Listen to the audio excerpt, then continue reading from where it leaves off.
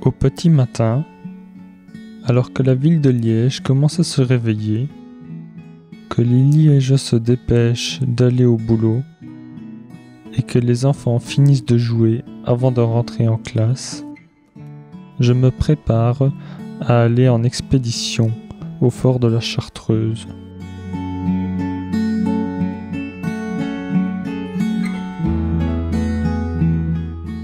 Tout d'abord, où cela se trouve-t-il ? Le fort se trouve à quelques pas du centre-ville de Liège, dans le parc des Aublins.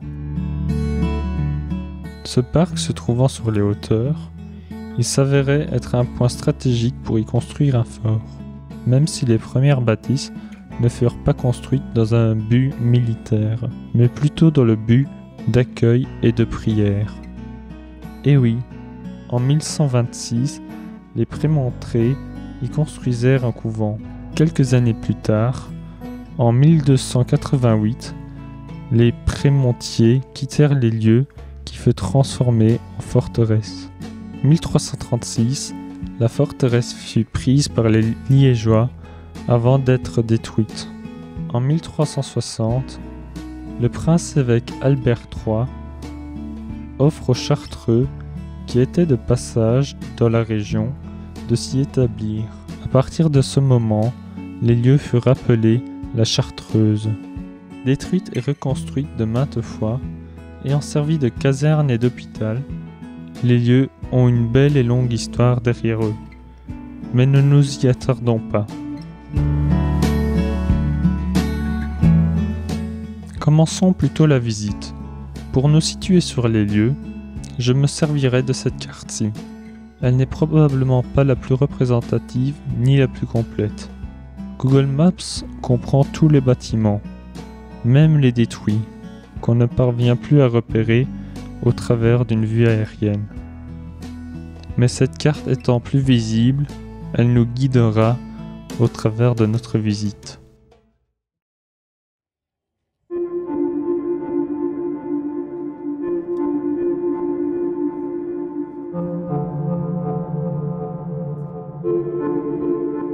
Ce premier bâtiment, dont nous ne verrons que le premier étage, a l'air d'avoir été des logements.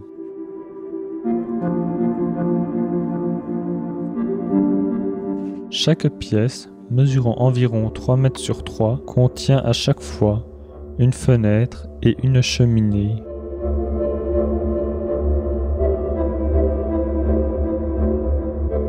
Les chambres communiquent entre elles 2 par 2.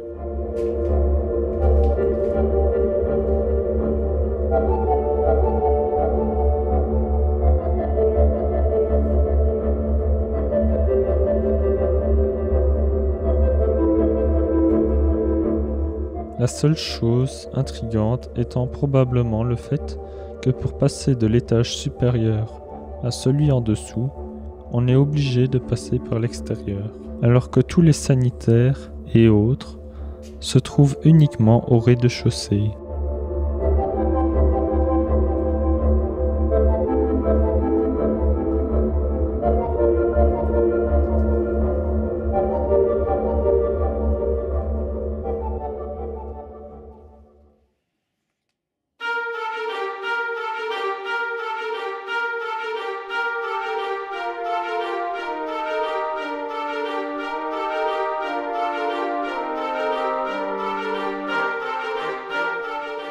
Cette deuxième bâtisse est ce que je qualifierais d'une maison d'hôte, due à ses grandes baies vitrées donnant sur le couloir et sur l'extérieur.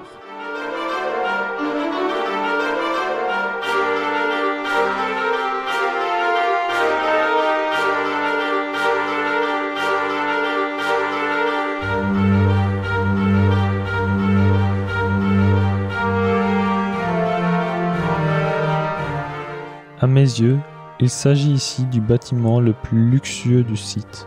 De plus, à en croire la bonne quantité de minerais de charbon trouvés au sous-sol, on peut en conclure que la maison devait disposer d'un système de chauffage centralisé fonctionnant au charbon.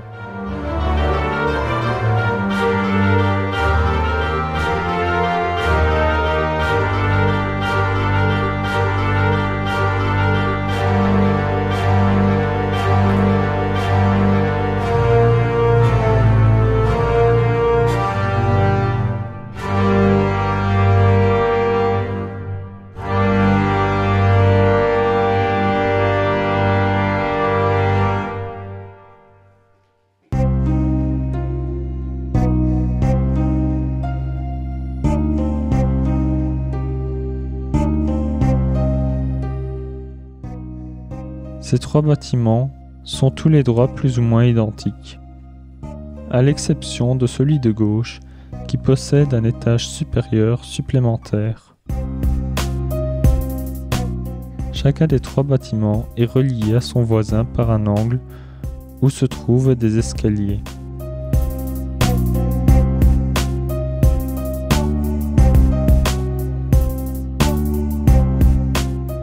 À en croire l'encadrement des fenêtres, on pourrait penser qu'à l'origine, ces bâtiments ne comportaient que 2 étages et qu'un étage supplémentaire a été rajouté par la suite.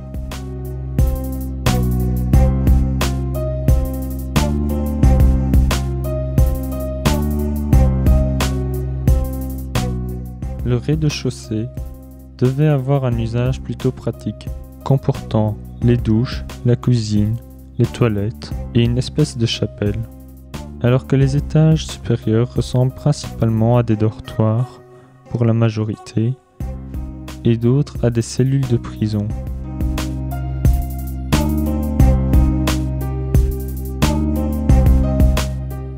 Sur certains murs, on peut encore voir des peintures datant de 1952.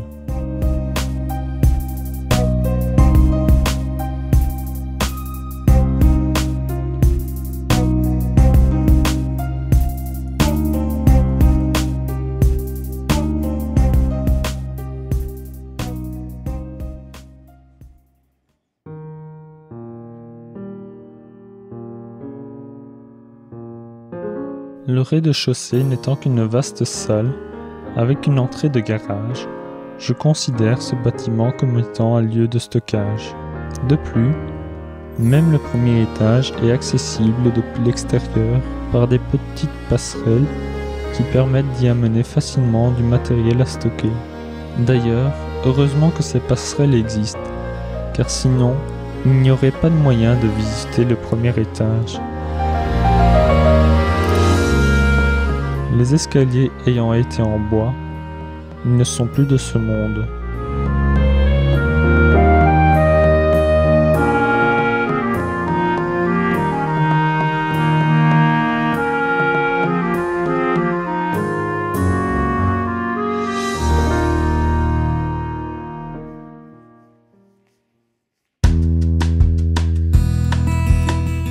Et voici une petite salle de sport.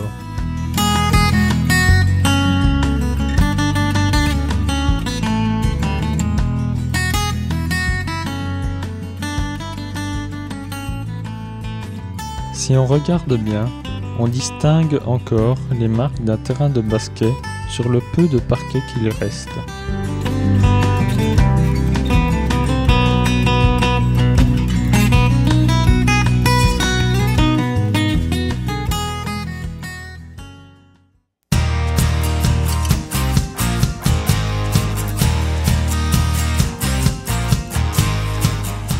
Ce bâtiment possède 5 très grandes salles réparties sur 2 étages.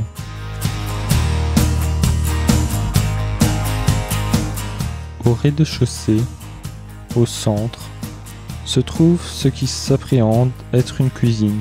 Au plafond se trouvent de grandes hottes couvrant une largeur de 5 mètres. De quoi y placer de très grands plans de travail en dessous.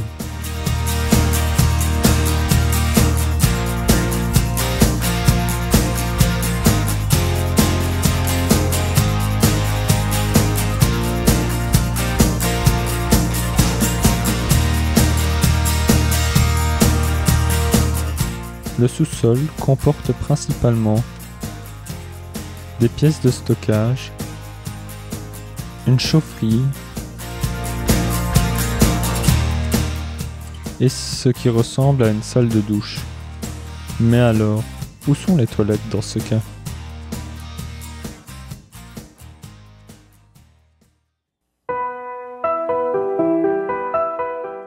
Juste à côté, 2 bâtiments aux fenêtres plus grandes que les autres semblent sortir d'une autre époque.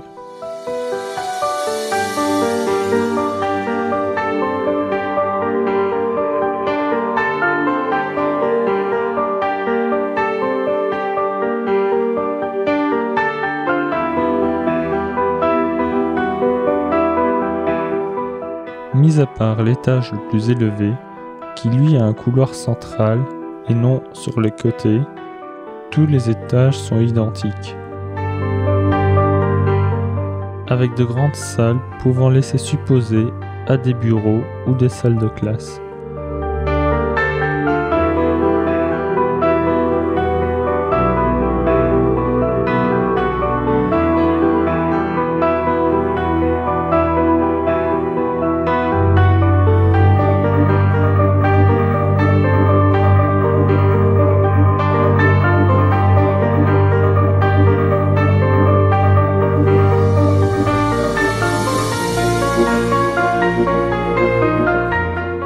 Ce bâtiment a son jumeau juste à côté, qui lui ressemble comme deux gouttes d'eau.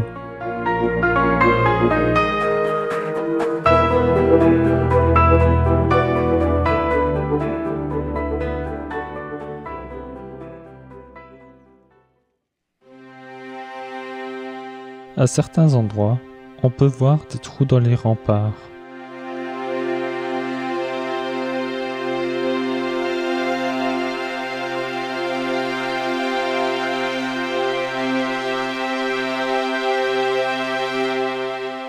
Ceux-ci mènent dans des pièces de stockage où malgré l'hiver il fait bien chaud, dû au fait qu'on soit sous terre.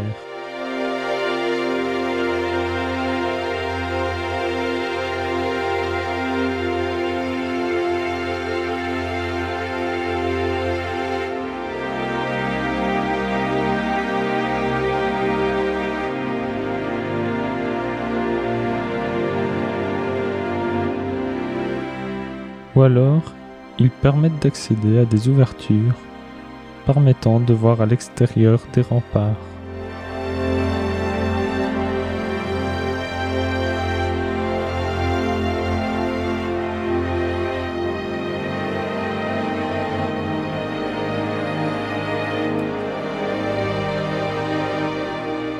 Ou encore, certains sont des passages vers l'extérieur. Ceux-ci sont donc un peu camouflés afin d'éviter que des intrus s'y aventurent.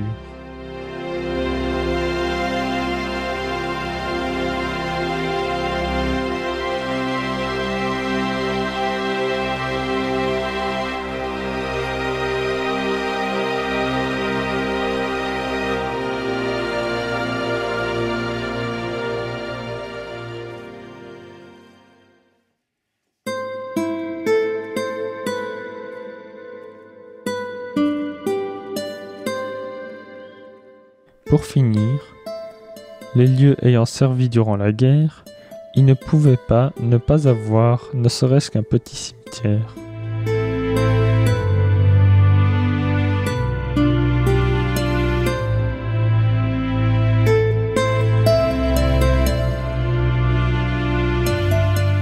Voilà, ça en est fini pour notre petite visite du fort de la Chartreuse. J'espère que la visite vous aura plu. Si vous avez aimé la vidéo, je vous invite à la partager à toutes vos connaissances et n'hésitez pas à vous abonner, on ne sait jamais, il se pourrait qu'il y ait de futures vidéos. Pour finir, si vous connaissez des lieux qui pourraient être intéressants à aller visiter, faites-le moi savoir en commentaire. En attendant, portez-vous bien et à la prochaine. Ciao!